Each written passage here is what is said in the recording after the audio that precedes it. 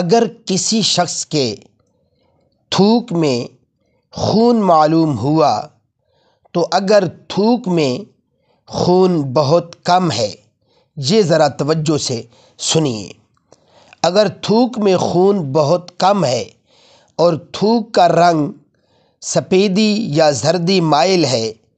تو وضو نہیں گیا، یعنی وضو نہیں ٹوٹے گا۔ اور اگر خون زیادہ یا برابر ہے، یعنی تھوک کے برابر ہے یا تھوک سے زیادہ ہے اور رنگ سرخی مائل ہے